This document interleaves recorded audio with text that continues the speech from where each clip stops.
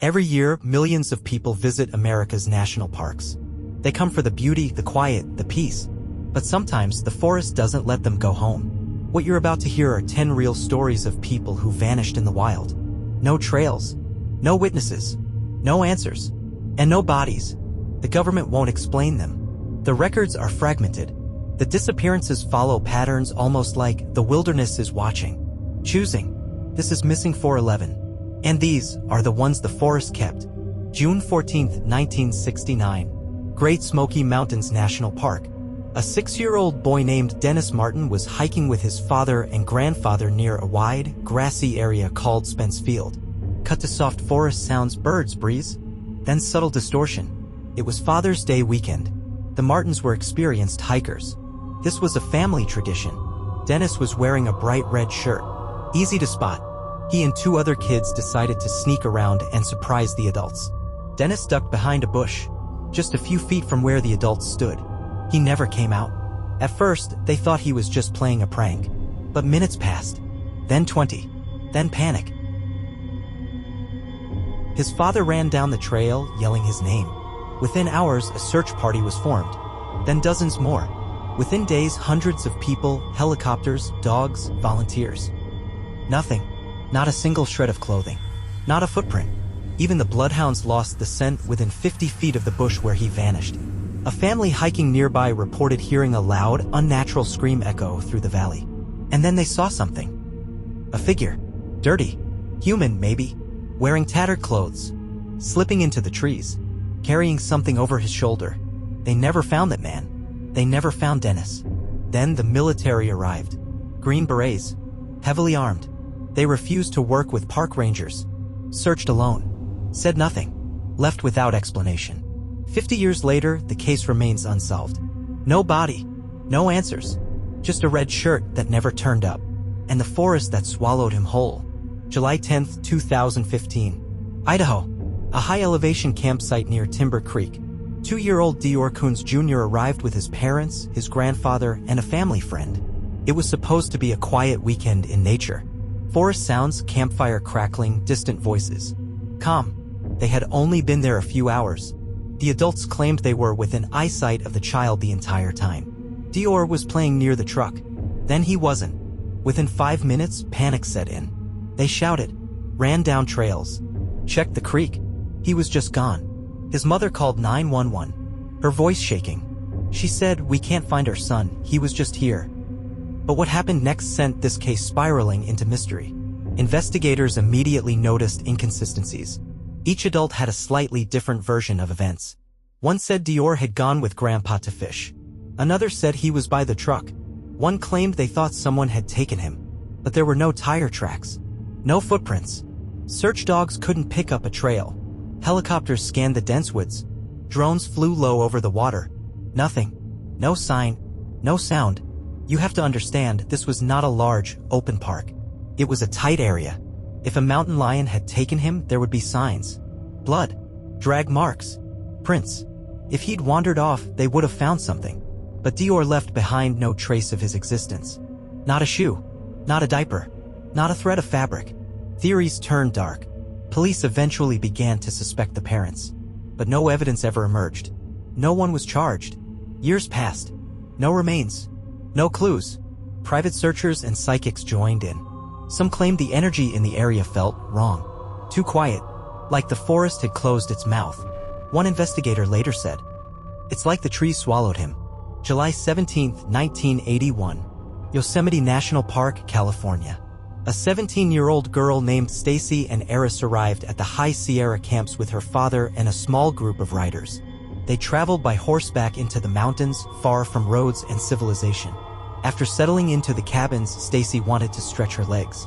She told her father she'd take a short walk to a nearby ridge to take photos. An elderly man from their group offered to come along, but after a few minutes, he grew tired and sat down. Stacy continued up the path alone. She was wearing hiking boots, long pants, and a camera slung around her neck. She promised to be right back. She never returned. The vanishing ridge. Within minutes, the group noticed she hadn't come back. They called her name. Then they searched. First along the trail, then into the brush. No sign. The area where she disappeared was open terrain. Few places to hide. No steep cliffs. She had only walked 30 to 50 feet away, just beyond eyesight. But from that moment forward, it was as if she no longer existed. Where did she go? Park rangers began a search. Helicopters, mounted patrols, dog teams. No scent, no trail, no camera, not even a footprint. Her father was devastated. He kept asking the same question. How can someone disappear in broad daylight, with people just steps away? Some rangers started whispering, quietly, privately, that the place had a history, disorientation, strange animal behavior. They avoided certain ridges after dark. The silence in Yosemite. Officially, Stacy and Eris is listed as missing, presumed dead, but her remains were never found, and her camera, the one she brought to capture the beauty of the mountain, was never recovered either.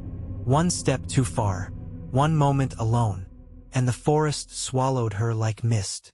October 2nd, 1999, the Colorado Rockies.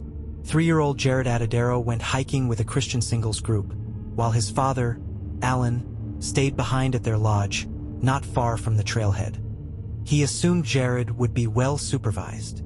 He was wrong, tragically wrong. The group took Jared on the Big South Trail, a rugged, remote route along the Cache La Poudre River. At some point, the adults let the children move ahead. Jared, small, curious, energetic, rushed ahead of the group. That was the last time anyone saw him. One hiker later reported seeing Jared talking to 2 fishermen downstream. Another said they heard a scream, shrill, sudden, and cut off. But by the time anyone looked, he was gone. The search begins. Search teams covered over 50 square miles of harsh terrain. Dogs were brought in. Helicopters scoured cliffs and water. Divers combed the river. But there was nothing, no clothing, no scent, no tracks. Just silence and snow moving in fast. Jared's father was relentless. He spoke to the media. He organized private searches. He begged for answers. But the mountain gave him nothing. 2 years later, in 2001, hikers exploring a remote ridge, over 500 vertical feet above the trail, found something. A child's fleece jacket. Inside, Jared's tooth. Nearby, a small shoe and his pants. But here's where it gets deeply unsettling. The clothes were clean. The pants were inside out. The shoes had no scratches, no damage, no blood. The fleece jacket was untorn, no rips, no sign of struggle. Experts said he couldn't have climbed that terrain alone. It was too steep, too wild, and Jared was only 3 years old. Some suggested a mountain lion, but mountain lions don't clean and fold clothing. They don't carry prey up cliffs and leave it perfectly intact. The theory no one can prove. To this day, no one knows how Jared's clothes ended up there. No bones were found. No conclusive cause of death. Just a father with a half-empty jacket. A trail that ends in cold air. And a story that sounds more like folklore than fact. If the mountain took him, it did so carefully, deliberately, and without a trace. September 1st, 1974, Southern Oregon. The Siskiyou Mountains. The Cowden family, Richard, his wife Belinda, their 5-year-old son David, and 5-month-old baby Melissa, set out on a Labor Day weekend camping trip near the Applegate River. They were a normal, working-class family from White City, Oregon. The site was calm, peaceful. Richard parked the car in a clearing under the pines. They set up camp, made lunch, and planned to fish in the river. The next day, they were expected at Richard's mother's house for dinner. They never arrived. The picnic still set. Worried, the grandmother drove to the campsite. What she found was unnerving.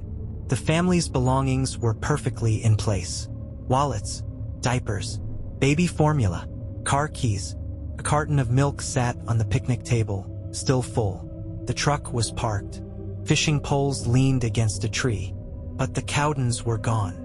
There were no signs of struggle, no blood, no tracks, no note. It was as if they'd stepped out of reality. In the middle of lunch, the forest keeps secrets. Search teams swept the area. Dogs, divers, helicopters. Nothing for 7 months. Then, April 12, 1975, 2 hunters stumbled upon a cave hidden in the woods, nearly 7 miles from the original campsite. Inside were the bodies of Richard, Belinda, and the children. Belinda and the kids had been stuffed in the cave. Richard's body was found tied to a tree nearby. It was murder, but to this day, no one has been arrested. The case remains unsolved. A predator or something else? One suspect was a known criminal living in the area at the time, but there was no evidence, no confession, no connection. Some believe it was a human predator, someone watching, waiting, who struck without a trace. Others aren't so sure. Why didn't they run? Why leave everything? Why walk into the woods without shoes, without a weapon, without their baby's formula? What made them leave and never come back? November 15, 2015. Brant Lake, New York, Adirondack Forest Preserve. 82-year-old Tom Messick, a military veteran, expert woodsman, and retired New York State Corrections officer, went hunting with 6 longtime friends.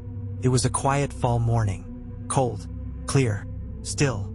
They split into formation. 4 of them posted along a ridge.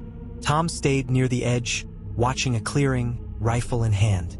They were only 50 yards apart, within shouting distance. And then Tom Messick vanished. No sound, no sign of struggle, no movement in the brush. Gone without a trace. When he didn't respond to radio calls, the group assumed he'd gotten turned around. But he knew these woods. He'd hunted for decades. He had a walkie-talkie, compass, and rifle. He wasn't a man to panic. Within hours, local authorities began to search, then state police, then the FBI. The forest was combed by foot, horseback, helicopter, and infrared drones. Bloodhounds tracked every trail. They found nothing. Not a footprint, not a dropped item, not a leaf disturbed. Theories and whispers. Some said he fell in a ravine, but there were none nearby. Others whispered about a bear attack. But no blood, no tracks. Tom carried a rifle, and if he had fired, everyone would have heard it. His son, who was with him that day, said, "It's like he was lifted out of his boots and taken." The pattern returns. Experienced trackers said something they almost never say. There is no logical explanation. Even David Paulides, the former cop behind the missing 411 project, investigated this one personally. And he said it fits the pattern too well. No sound, no scent trail, and no physical evidence. A man with decades of experience, who simply vanishes. Wind fades in, leaves rustle slowly. Tom Messick was never found. Not his rifle, not his compass, not a single trace. And when the forest won't give you back, it won't even let them find your shadow. January 22, 2019. Ernle, North Carolina. 3-year-old Casey Hathaway was playing in his grandmother's yard with 2 other children. It was chilly. Temperatures were dropping fast. But it was just a few minutes. Just a moment. Then the kids came inside. But Casey didn't. The swamp and the cold. The property bordered dense woods and thick swamp. When his family realized he was missing, they called for him, screamed his name, but there was no answer. The sheriff's office launched a massive search that night. Flooded ravines, brambles, near freezing water. They worried he couldn't survive the night. They were almost certain they'd be recovering a body. But then, they heard him. 2 days later, a woman walking her dog heard a faint cry coming from the woods behind her house. Authorities rushed in and found Casey, soaking wet, shivering, but alive. He was tangled in thorn bushes, calling for his mother. He had no major injuries, no scratches, no frostbite. When they asked him how he survived, he said something that made investigators pause. "A bear stayed with me," Casey told his family. "A bear stayed with me the whole time. He kept me safe." He insisted he wasn't alone. The bear had snuggled with him at night, kept him warm, protected him. But here's what experts say. There are no bear dens in that area. No recent sightings. And black bears are not known to nurture lost children. Pause. Wind whistles gently through trees. Something was out there. Some say it was the imagination of a child. Some say it was something else entirely. Because this wasn't the first missing 411 case to include similar reports. The children who say they were protected by a talking animal. The woman in the trees. The creature with fur that speaks like a man. Or a friendly presence that watches over them. But most of those stories come from kids who are never found. Casey survived. And he remembers. What stayed with him in the woods might not have been a bear. But whatever it was, it didn't want him to die. Just to remember. July 3, 1938. Rocky Mountain National Park, Colorado. The Beilhartz family, Alfred, his parents, and 9 siblings, were hiking along a popular trail by a creek when 6-year-old Alfred Beilhartz vanished. 1 second, he was walking behind his parents. The next, he was gone. No splash in the creek. No scream. Just silence. Like someone had pressed pause on the moment. The search begins. Authorities immediately launched a search. Bloodhounds were brought in. Over 150 people swept the area by foot, horseback, and canoe. Divers searched the creek and lake. No scent, no trail, no boy. But then, 3 days later, something strange happened. A glimpse on the cliff. A pair of hikers several miles away near the Devil's Nest overlook reported something chilling. They said they saw a small boy sitting on a narrow ledge hundreds of feet above the canyon floor. He looked calm, motionless, like he was waiting. Before the hikers could get help, the child stood up and walked back into the trees. A search team was dispatched immediately, but when they reached the ledge, there was no sign of Alfred. And here's the problem. The ledge was inaccessible. Even adult climbers had trouble reaching it. No 6-year-old could get there alone. Gone forever. Weeks turned into months. No remains were ever found. The case went cold. No ransom. No confession. Just a name on a Park Service report. Missing, presumed dead. But those who saw the boy on the ledge? They never changed their story. A familiar pattern. Like so many missing 411 cases, this one checks every box. Vanished without sound. Dogs lost the trail immediately. A sighting in a place that seems physically impossible. No remains found. Whatever was with Alfred on that ledge didn't want to be seen and didn't want to be followed. August 1973. Arizona. Sam Belk was an experienced outdoorsman and amateur geologist who frequently hiked the Sonoran Desert alone. He was 32 years old, in great health, and known for keeping detailed journals of his solo treks. This trip was no different. He told friends he was heading out for 3 days to explore rock formations northwest of Tucson. But the notes he left behind suggest he may have felt something was wrong before he even disappeared. The notes. On the back of his car's sun visor, he'd scribbled something in pencil. Simple. Uneasy. Don't trust it. Not a coyote. Something's following me. Beat. Silence. Then wind picks up. The last anyone heard from him was a single radio call to a friend back in town on a shortwave unit. He said, "I think someone's out here with me. They're not answering back. I'm going to keep moving." And then the radio went dead. The search that found nothing. Authorities found his truck, locked and parked at a trailhead. His tent had been set up nearby. Neatly. Organized. Campfire unlit. But Sam was gone. His backpack was missing. Footprints led a short distance into the desert. And then stopped. Mid-stride. On hard, flat ground. No drag marks. No animal signs. No return path. Desert doesn't lie. Helicopters scanned miles of open terrain. Heat-seeking drones. Tracking dogs. Nothing. There are no cliffs to fall from. No thick forests to disappear into. No rivers. Just miles of open land. Beat. Calm. Then one last whisper. If something took him, it did it in the open. And in total silence. July 10, 1971. Adirondack Mountains, New York. A wealthy family was spending the summer at their private lodge deep in the forest. Among them was Douglas Legg, a bright, happy 8-year-old boy. That afternoon, Douglas and his uncle were preparing for a short hike. His uncle noticed Douglas was still wearing shorts and told him to run back to the cabin and put on long pants. The boy turned around, walked about 50 feet toward the cabin, and never came back. Immediate search. They searched within minutes, but Douglas had vanished. It was impossible. The path was flat, visible, with no terrain to get lost in. And the cabin was right there. There were dozens of adults nearby. No one saw or heard a thing. Within hours, a full search team was assembled. The woods were filled with volunteers, helicopters, military, dogs. Even Green Berets were flown in, just like in the Dennis Martin case. And again, they refused to speak about what they were doing. Thousands search but find nothing. Over the following days, more than 6,000 people searched the area. Grid by grid. Every ravine, every cave, every square foot. But no trace of Douglas' leg was ever found. No clothing. No scent trail. Nothing. Theories collapse. Some suggested he drowned in a nearby swamp. But dogs led searchers away from the water. Others said animal attack. But not a single sign of struggle or blood. Douglas was wearing bright clothing. He would have been visible from the air. Beat, his uncle, who loved him dearly, said. He was right in front of me. He was there. And then he wasn't. The pattern seals. A child disappears. Within eyesight. In seconds. In flat terrain. No screams. No signs of struggle. No remains.